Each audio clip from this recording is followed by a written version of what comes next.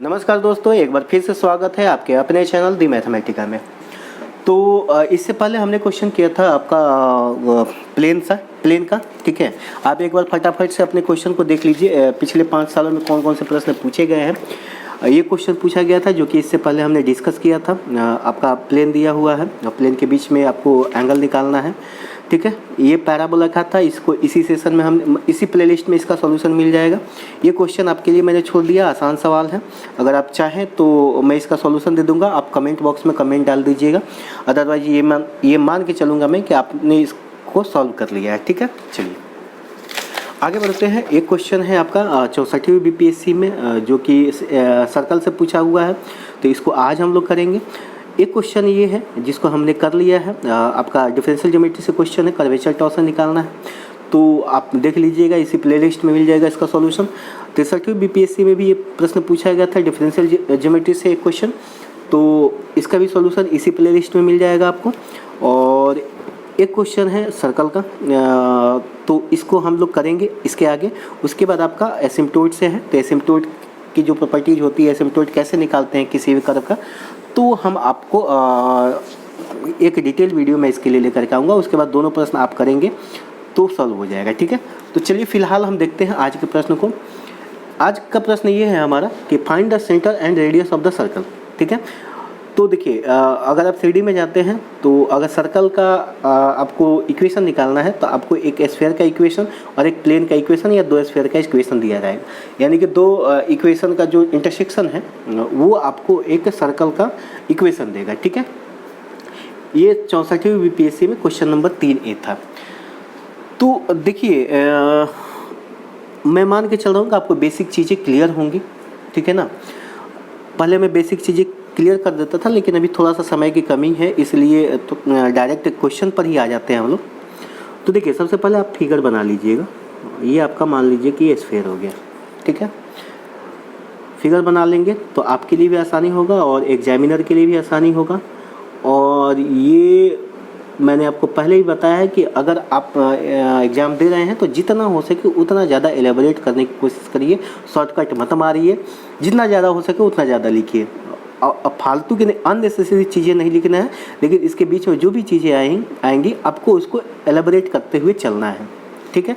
ये मान के चलना है एग्जामिनर को कुछ नहीं आता है, ठीक है। लेकिन ऐसा होता नहीं, उसको सब कुछ आता है, तभी आपकी कॉपी जांच करता है, लेकिन आपको उसको समझाना है बिल्कुल जैसे आप बच्चे को समझाते हैं, ठीक है।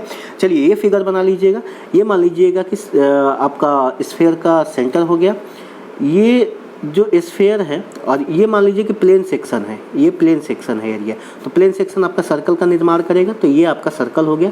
ये मान लीजिए कि इस पॉइंट से जो परपेंडिकुलर डालते हैं तो उस परपेंडिकुलर का फुट है n, ठीक है। और ये जो सर्कल काट रहा है तो उसके सरफेस पर, स्फीयर के सरफेस पर और इस प्लेन के इंटरसेक्शन का जो पॉइंट है वहाँ पर हम लोग लेते हैं एक पॉइंट A, ठीक है। और इसको आप मिला दीजिए।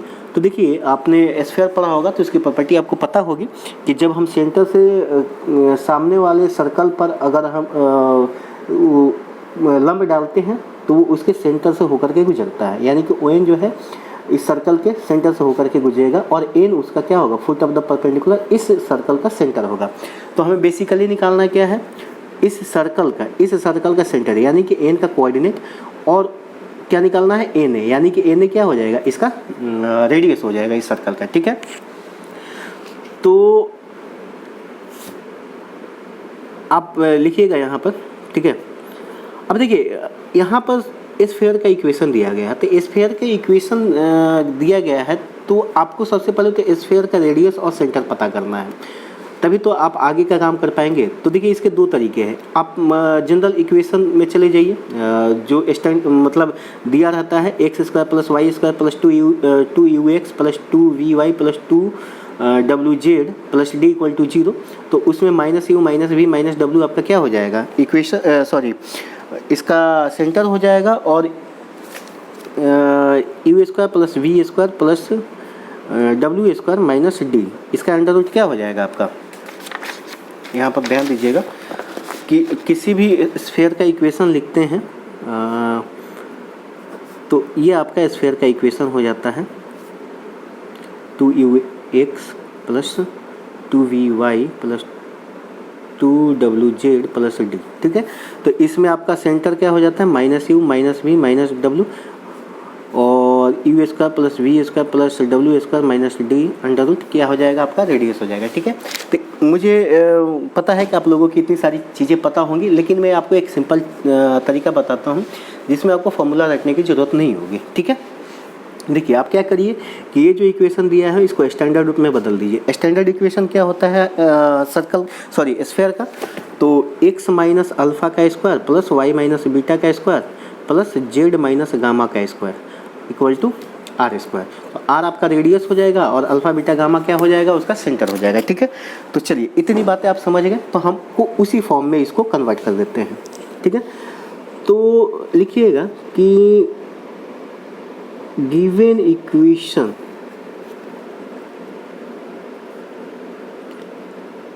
of circle is intersection of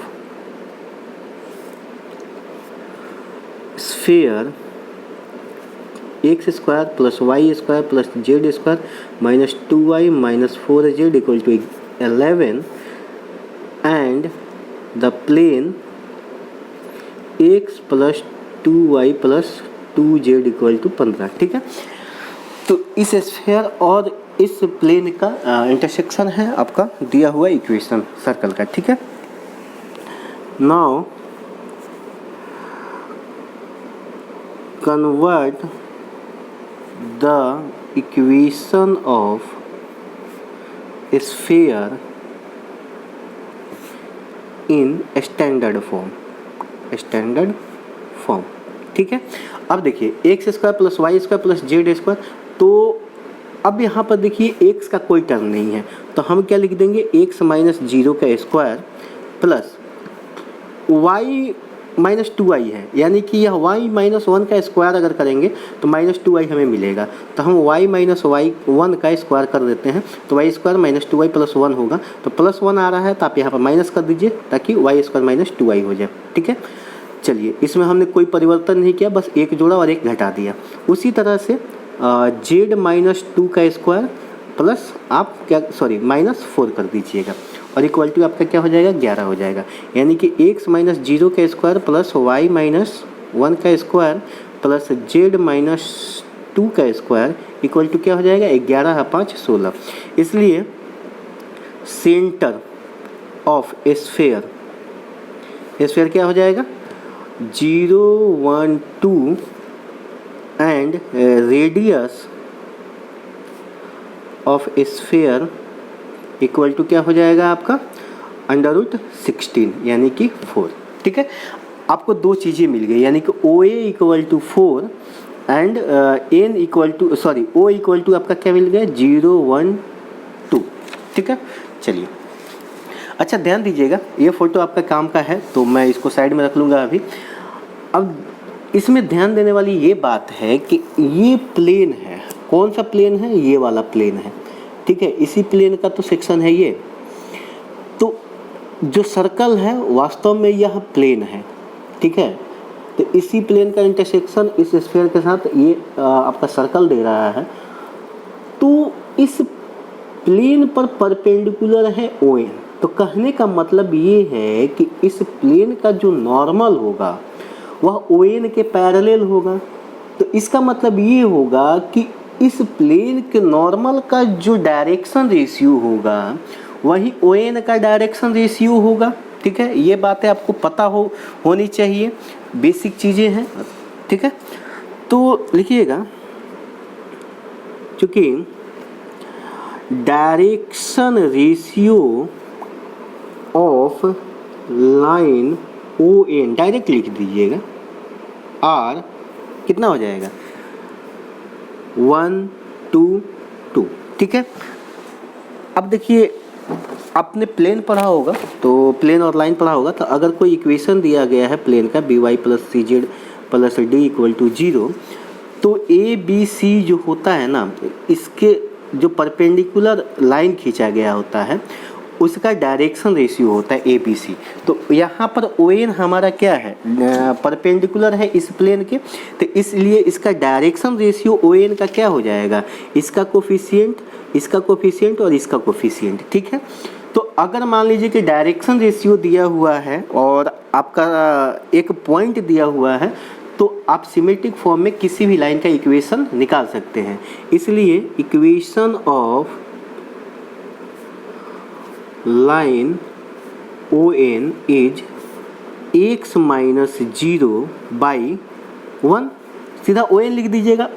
ON का मतलब O से गुजर रहा है, ठीक है, O से गुजर रहा है तो इसका मतलब इसका कोऑर्डिनेट ले लेंगे। तो किसी पॉइंट और से गुजरने वाला लाइन और उसका डायरेक्शन रेशियो दिया हुआ है तो लाइन का इक्वेशन आप निकाल सकते हैं आराम से, इसमें कोई परेशानी वाली बात नहीं है। y minus 1/2 equal to z minus 2/2 equal to r मान लीजिएगा लेट। ठीक है, चलिए, इसलिए एनी पॉइंट, अब इसको एक मान लीजिएगा, इसको नोटिंग दे दीजिए, मतलब नोमेनक्लेचर दे दीजिएगा 1। यहाँ पर लीजिएगा since any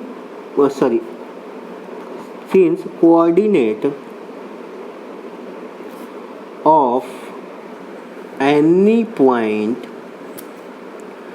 on line 1 is given by किससे, अब x minus 0/1 equal to r, यानी कि x को हम r लिख सकते हैं, y को क्या लिख सकते हैं, 1 उधर जाएगा 2r, तो यानी कि 1 + 2r, और उसी तरह से z को क्या लिख सकते हैं 2 + 2r, 2r और 2 इधर चला जाएगा, यानी कि z minus 2/2 equal to r, तो z इक्वल टू क्या हो जाएगा 2 + 2r। तो किसी भी कोऑर्डिनेट को इस लाइन, किसी भी पॉइंट के कोऑर्डिनेट को इस लाइन पर हम इस रूप में लिख सकते हैं। If this point lies on plane x + 2y + 2z बराबर 15, देन अब इसके जगह x के जगह पर ये, y के जगह पर ये और z के जगह पर ये रखिए। ठीक है, तो r + 2 × 1 + 2r + 2 × 2 + 2r equal to 15, यानी कि 2 दूनी 4 और 2 दूनी 4, 4 4 8, 1 9r + 2 और 2 4, 5 हो गया इक्वल टू, मतलब 5 और 2 दूनी 4 और 2 6, और 15 में से 6 घटाइएगा 9, इसका मतलब r इक्वल टू 1। इसलिए coordinate of n equal to कितना हो जाएगा r, यानी कि 1 + 2r यानी कि 3, और 2 + 2r मतलब कि कितना हो जाएगा 4 हो जाएगा। ठीक है, चलिए, तो ये आपका हो गया n का कोऑर्डिनेट। ठीक है, since n is the centre of required circle, ठीक है, n क्या है, रिक्वायर्ड सर्कल का सेंटर है, इसलिए सेंटर ऑफ द सर्कल, इसलिए centre of the circle equal to कितना हो जाएगा 1 3 4। नाउ ON इक्वल टू कितना हो जाएगा, अब O दिया हुआ है और N दिया हुआ है, तो इसका मतलब 2 पॉइंट के बीच की दूरी आप निकालना जानते हैं, 1 - 0 का स्क्वायर प्लस 3 - 1 का स्क्वायर प्लस 4 - 2 का स्क्वायर, यानी कि √9 इक्वल टू 3। ठीक है, ON 3 हो गया। इन ट्रायंगल O, यहाँ पर ऐसे लीजिएगा, इन, ठीक है, हाँ लिखिएगा, इन ट्रायंगल ONA, ठीक है, angle ONA equal to 90 degree, इसलिए ए एन इक्वल टू क्या हो जाएगा, अब ये आपका विकर्ण मतलब कर्ण हो जाएगा, ओ ए क्या हो जाएगा, कर्ण हो जाएगा, ठीक है। तो A N equal to under root O A square minus O N square बराबर ओ ए कितना है, ओ ए आपका 4 मिल गया, इसका रेडियस कितना था स्फेयर का 4, यानी कि 16 माइनस ओ एन कितना है 3 है तो 9, तो 16 में से 9 घटाएंगे कितना बचेगा, ठीक है। तो ये आपका हो गया अंडर रूट 7, ठीक है। तो ये क्या हो गया, एन क्या है आपका सर्कल का रेडियस है, इसलिए सेंटर बराबर कितना 1 3 4 एंड रेडियस बराबर कितना हो जाएगा अंडर रूट 7। तो ये आपका सॉल्यूशन तैयार हो गया, ठीक है। आपको एकदम सेम वे में लिखना है। तो चलिए आज के लिए इतना ही, मिलते हैं अगले लेक्चर में।